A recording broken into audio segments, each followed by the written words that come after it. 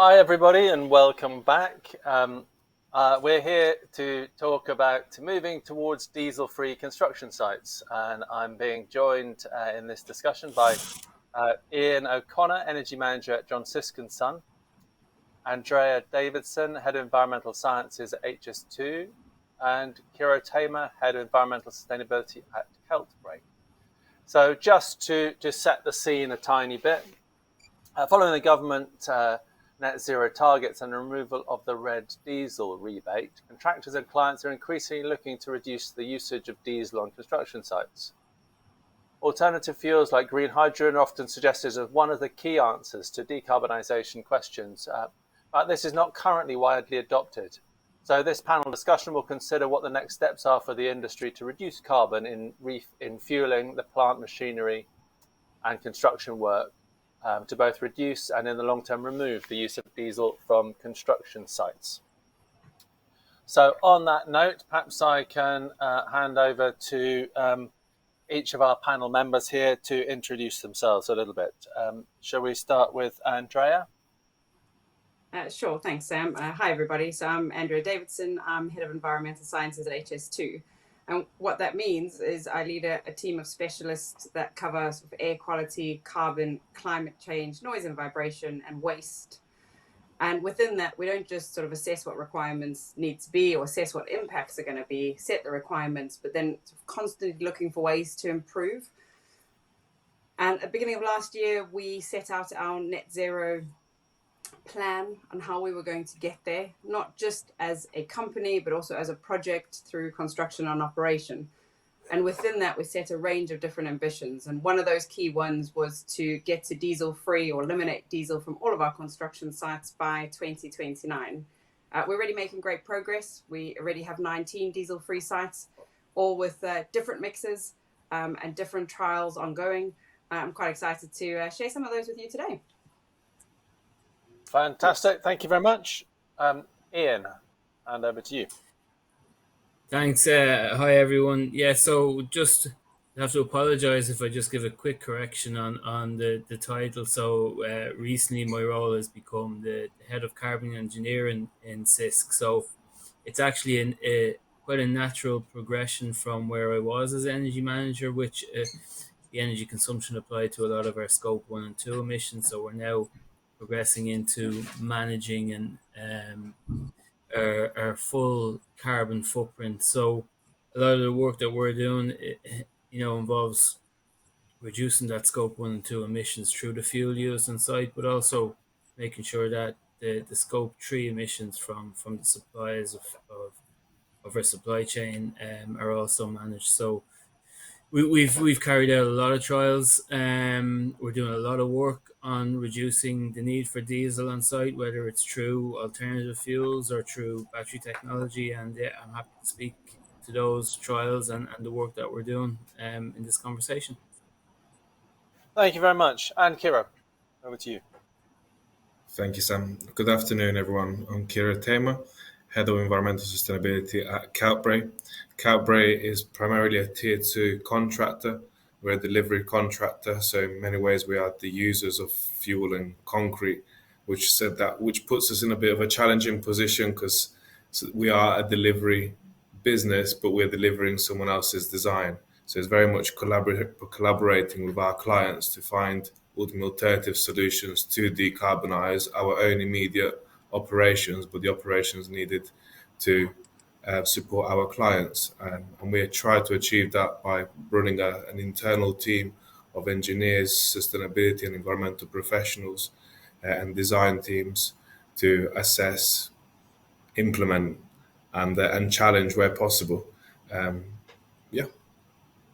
Lovely, thanks. Well, one of the interesting things about this question of moving to diesel-free sites is, it is to a large extent within the gift of the kind of organisations that you guys represent. So let's just sort of get straight in with the overarching question, which is what opportunities are there for the sector to reduce diesel usage in construction?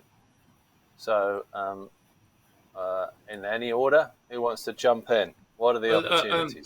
I'm happy to take a start on that question because it's a very wide-ranging question. But I think if you go back to the first principles and the need for diesel on site in the first place, so a lot of the work that we do on the delivery side, and Kiro made a very good point earlier about delivering someone else's design, but we when we're given the go ahead to start on site, we want to get onto the grid as soon as possible. That's a challenge in itself. So the time that it takes for us to get a grid connection to reduce the need for temporary diesel generators, for example, can be depending on the situation or the location, it can be a challenge. And that's one opportunity to reduce the need for diesel on sites.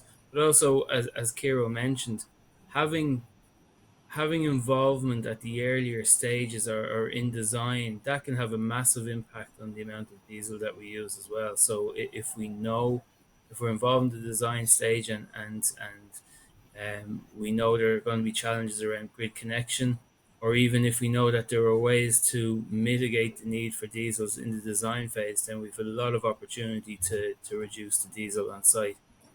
So that's in the first instance, rather before we look at alternative means of the processes that we need diesel for. Really interesting, that point about grid connections. I mean, it's a basic practicality, isn't it? That it's can change the whole outcome in these terms. So yeah, really interesting. Other comments on this one? And Just the only coming in comment I there would on add. Go for it, Kiro.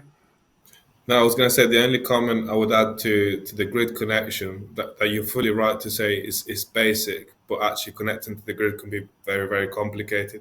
The Yeah. DNOs and the energy suppliers and planning involved in securing electrical capacity and coordinating old substations and new substation is very, very tricky.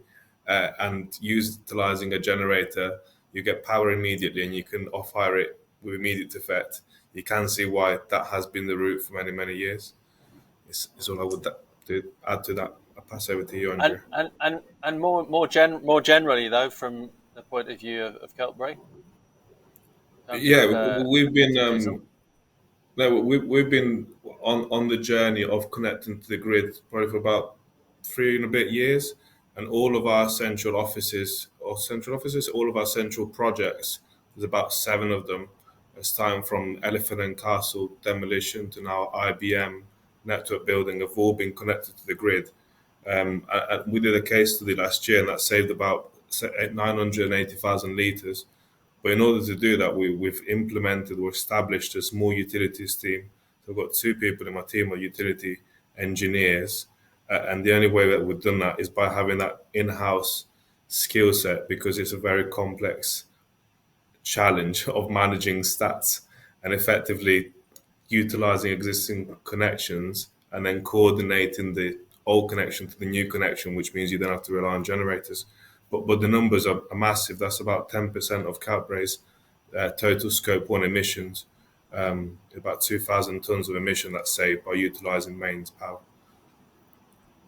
So one of the solutions that we always hear about is hydrogen as a major solution, and this is a significant decision with regards to which route we take on all this. So if I'm right, no one's mentioned hydrogen as part of this yet. It's all about getting the grid connection, electrical grid connection. Is that right? Sam, can I unwind slightly?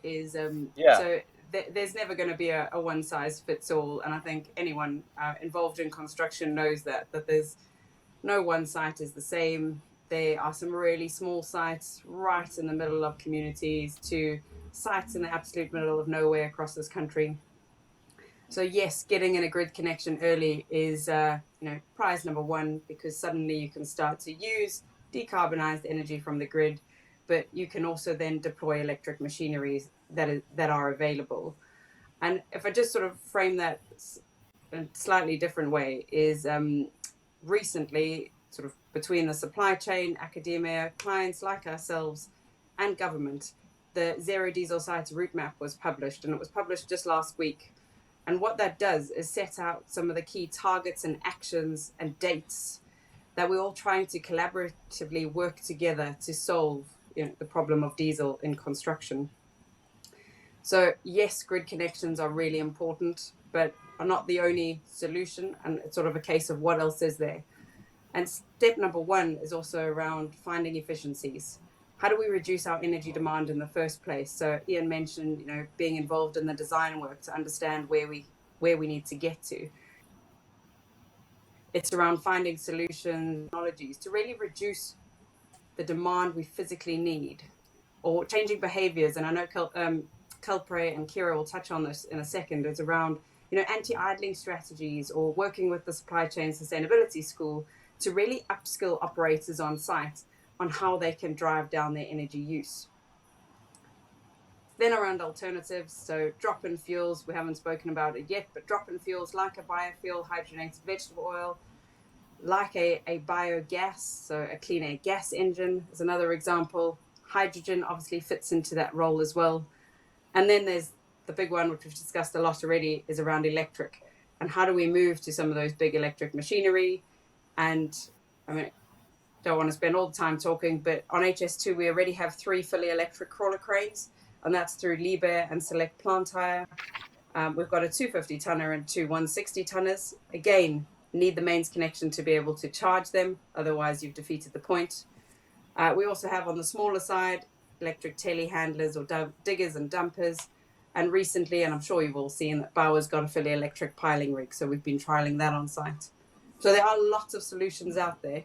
It's just about tailoring. I think Ian hit the nail on the head there earlier, was around tailoring the right combination for the site. Well, in what you said at the beginning, incredibly impressive to have got 19 sites already diesel-free. I'm really impressed. That's a massive shift, and you've got to coordinate a lot of moving parts in order to do that. So in other words, it's not just your direct actions, but you've got to have worked with all sorts of other stakeholders, suppliers, blah blah blah, to achieve that. So, how did you do it? What was difficult about it? I imagine a lot was difficult about it.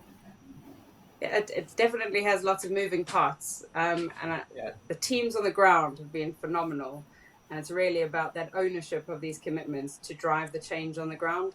So our lower tiers of supply chain, like Kelpre, like our supply chains, have been absolutely critical in achieving it. Our first diesel-free site was made up of a combination of aspects of, again, as Ian said, mains power connection. So all 19 sites have a mains power connection. Deployment of smaller electric equipment, or on a larger scale, the fully electric crawler cranes. And then a mix of using solar energy.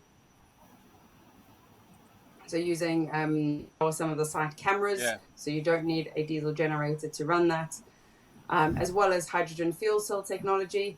And I do get quite excited about these, but we did recently trial 2 from GeoCura on replaced diesel generators. Worked absolutely, lots of learning from that, and we can story in a second. So evaluation of different moves for that site, if that makes sense. I'm maybe jumping around a bit here, but I think a question in everybody's mind is, how much does it cost? What are the economics of all this? So I'd like to get some views on the economics of it all. So should we go to Kiro for this first of all? Yeah, definitely. Mixed bag. Driving efficiencies can really save money. Andrea touched on a piece of work that we did together on the fuel saving tournament. We called that Calpre, was really engaging or using the concept of gamification to drive efficiency. And ultimately, the construction industry, I'm sure I stand correct when I say idles are about 45% of the time. That's about 45% of the time that machines and humans are not doing much. And that's an engine running. and that's cost of fuel, cost of machine, and cost of labor. So understanding the process and actually driving that efficiency can ultimately and does ultimately save money. We've proved that at Calbray. We've done a collaborative piece with both HS2 and the supply chain. And if people are not aware, please access the free material from the supply chain school because everyone can benefit from that. On the other spectrum, hydrogen is still very expensive. The likes of HS2 have obviously tried it. We've tried it on a much smaller fuel cell. It's only a 10 kVA fuel cell from AFC. It is still very expensive, but it does now exist. And just like That's as a fuel, or it's expensive to implement this because you've got to convert your plant and all that. I would say both. I would say the fuel itself for hydrogen is expensive and the fuel cell technology is also expensive. But it's what 50, 75 years behind internal combustion engines, or maybe sure. 150 years. It's only just really taking place. And then you have the other spectrum that I'm sure Ian could give us more information on battery technology, but that is still more expensive than ordinary generators, but you're gaining from the efficiency. So you would have a hybrid setup. And I'll probably set up Ian perfectly to expand on that because I know he's done a lot of work on batteries.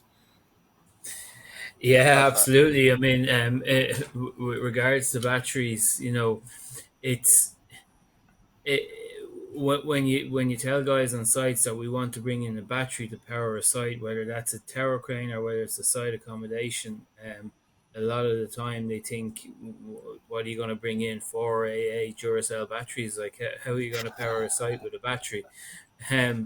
But it's about combining it with the technology that they understand and that they're comfortable with. So, like in a hybrid setup to where there's off-grid power, so you have a generator in a hybrid setup. And I had a good instance of that last week where we were on a site here in Ireland, and the hybrid generators are really taking off. But like a lot of you will know that there are people in the construction industry that are early adopters of things, and there's a lot of people who are very slow to take up new technology. But we were sitting in an office talking about a hybrid generator, which was I think it was a 60 kVA generator with a hybrid battery, and the foreman on the site kept on giving out that the generator cut out. So we had a meeting on the site.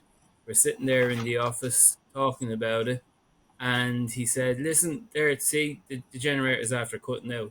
And what I said to him was, "Yeah, but do you not realize that the lights didn't go off? The battery's after kicking in." And he didn't realize. He just thought when he heard the generator knocking out that it had broken. So it's bit of learning there, yeah.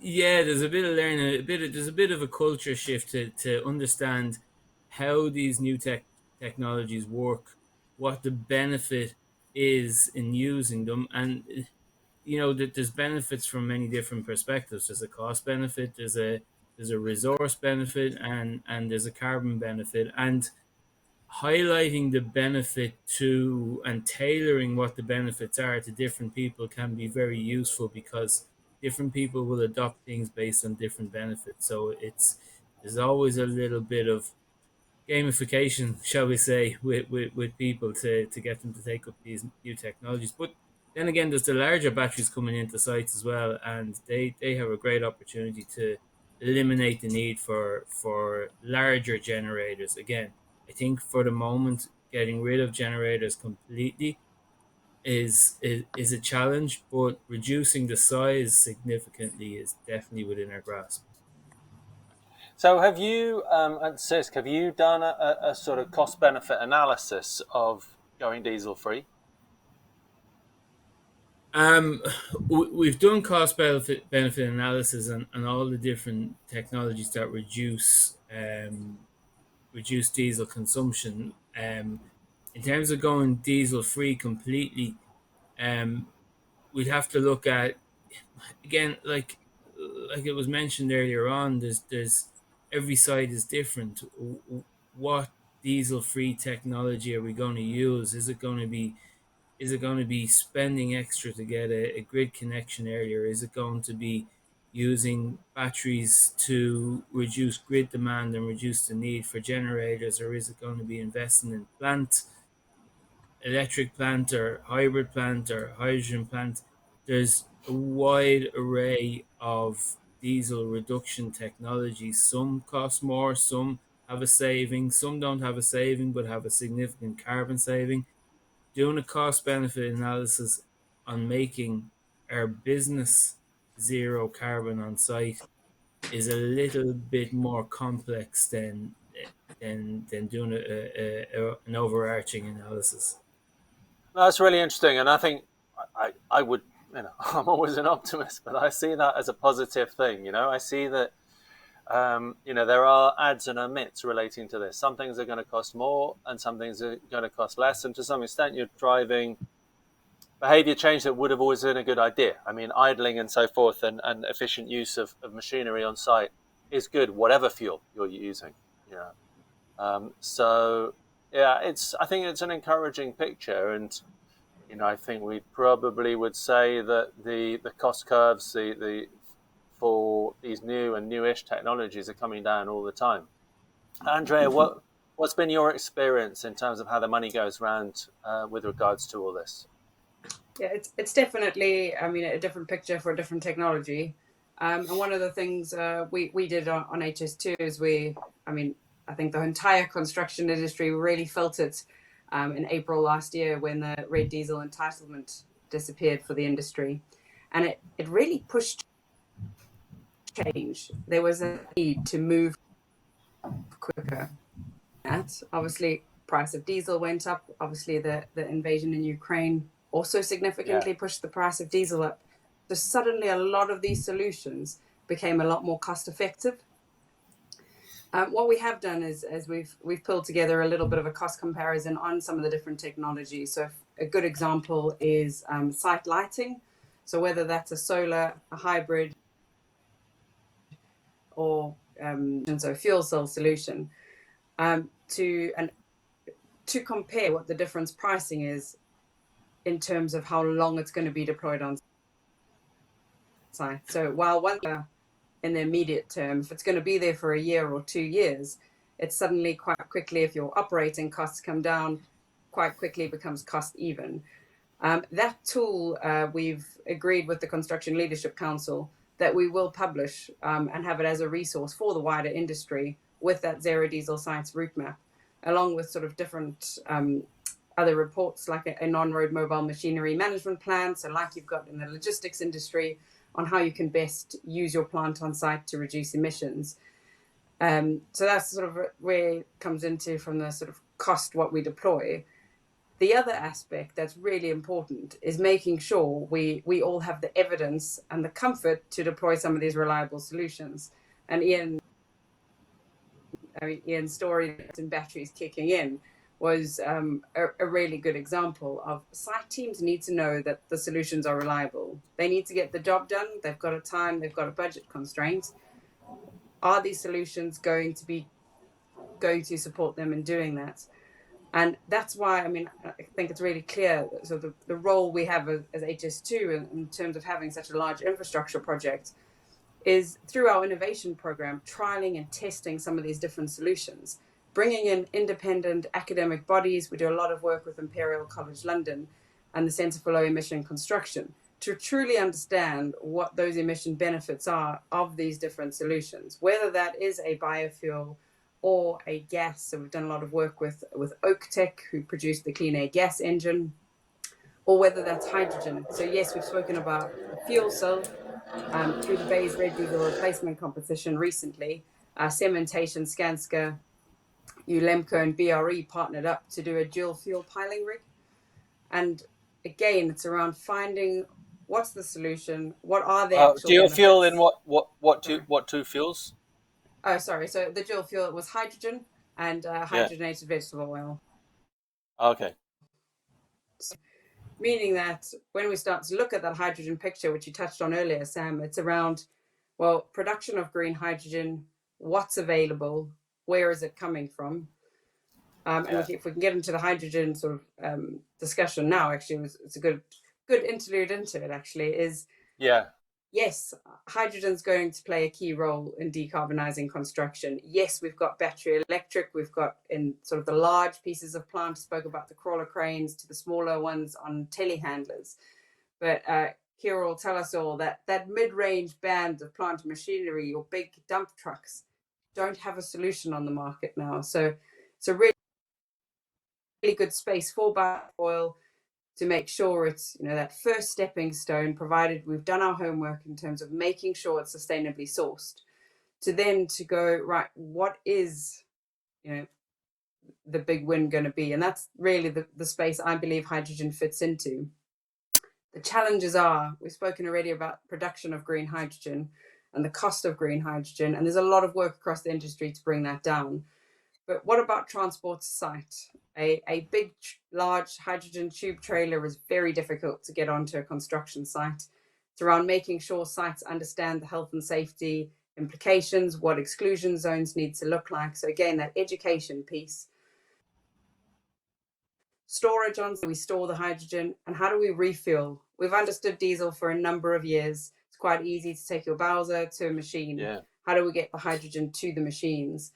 And then, and this is a call out to all the manufacturers out there, we need the machines ready to go. I know JCB has done a huge amount of work in this space already, and I have seen their telehandler and excavator, but it's having those, ready for deployment on the ground that we can really start to make progress in that space. Sorry, Yeah, Sam, I've heard I went good off things. piece a little bit there. No, it's good. No, absolutely. I've heard good things about JCB's work in this area. And, clearly hydrogen is a very complex topic in the sense that green hydrogen is rare. There's all sorts of different ways to get hydrogen. Most of the experts I talk to are, how to say, they like to manage expectations around hydrogen. They like to say, yeah, okay, it's coming, but it's, it's not coming tomorrow in terms of cheap green hydrogen. But it's, it's interesting to see how much potential progress there is here. And as we generate more and more solar and wind power, that, logically should bring down the price of hydrogen in the sense that electricity can be used to create this green hydrogen at a very cheap rate, one would hope. So, yeah, all sorts of interesting things. So comments from others are both on hydrogen and also actually HVO, vegetable oil, where they fit in. Hero? Yeah, I would probably touch on the point that Andrea mentioned on understanding what is actually possible and not, and where electrification can't suit, then which are the type of machines and type of activities that would still be required and at the moment don't exist. For example, if you're looking at a demolition site and you're putting a machine on top of a building and breaking its way through, how would that be powered by a battery, or how would it ever be tethered? And that's pretty impossible, and it'd be a pretty silly concept to remove it from a building, charge its battery and put it back on the building. So then you've got some really specific operations which are not possible to move away from current internal combustion engines. And then to go on to the hydrogen, as I mentioned, that the supply of hydrogen is expensive, but to only support what Andrea said is also very unpractical. We had this small 10 kVA fuel cell, and I'm not being negative against them, just sharing practical experiences, and it is ultimately not an efficient way to, well, at the moment we have a Bowser, a tanker comes in, you fill up the Bowser, and off it goes. For hydrogen, you are swapping, let's say, 18 bottles for 18 bottles. So very quickly, I'm hearing the supply chain is looking at ammonia or methanol as a hydrogen carrier, because you can store about 6 times more energy in ammonia than what you can in hydrogen. And then, just like Andrea mentioned, then what's the health and safety implications of having ammonia on site? That said, 6 times more energy from the same delivery and potentially delivering a liquid fuel instead of delivering gas tanks, so you don't need twice as many storage carriers. Definitely seems a more practical solution. And then to your following point on HVO, HVO is definitely a drop in fuel. We've worked with Imperial College, and HS2 have also worked with Imperial College, and I think we can all accept that it's not the silver bullet we might have hoped for it to be. On the air quality aspect, the local air quality, now that we are moving on to stage 5 machines, it doesn't provide many local benefits. But if it was to be resourced and resourced sustainably, then it can ultimately have a significant impact because you're using a waste product instead of a crude oil.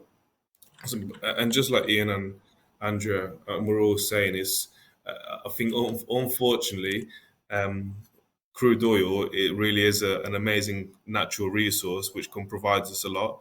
And the future, we can't be so spoiled that we have a single source to power all of our needs. Yeah. And that's why we need to be clever with what we're doing and how we're going to power the industry moving forward. That brings me to, I think we've got about 3 minutes left, to sort of a roundup question, which is, predictions. From each of you, how do you feel that the mix is going to play out over the next 5 or 10 years? Where are we going to end up? So, Andrea, you've got a 2029 net zero site, no diesel sites. Start with you. How's it going to shake out over that period?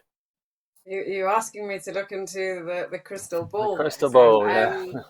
I firmly believe it's a mix of solutions. So as Kira said, we've been quite lucky with fossil fuels as a sort of a one fuel. So this is my personal view. My personal view is I see electric forming a key role in the smaller pieces of equipment and the much larger pieces of equipment.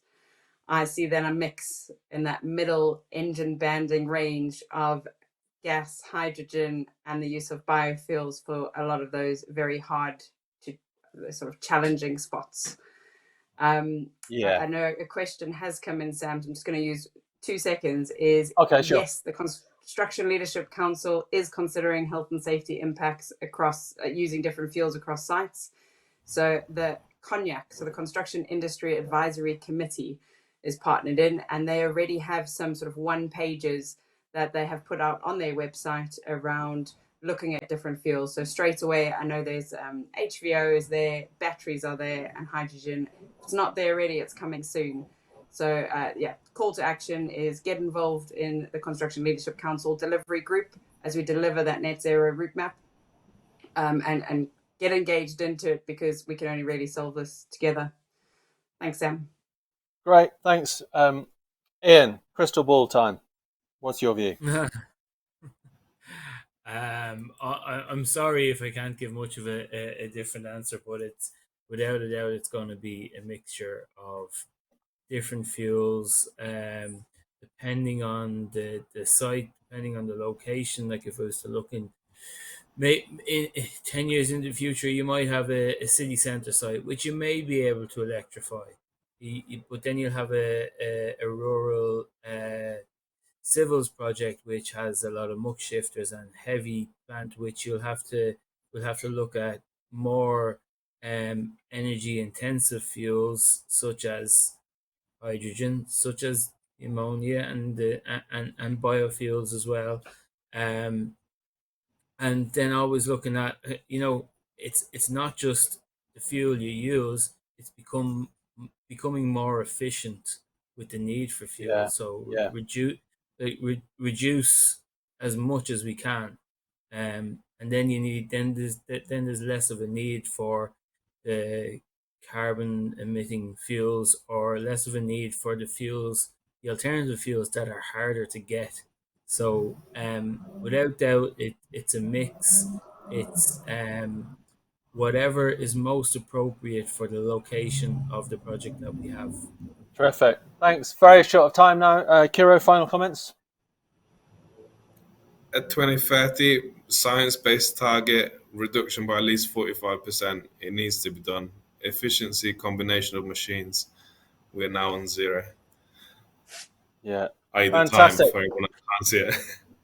Thank you so much, everyone. Fascinating discussion. Really good. Really appreciate all your contributions.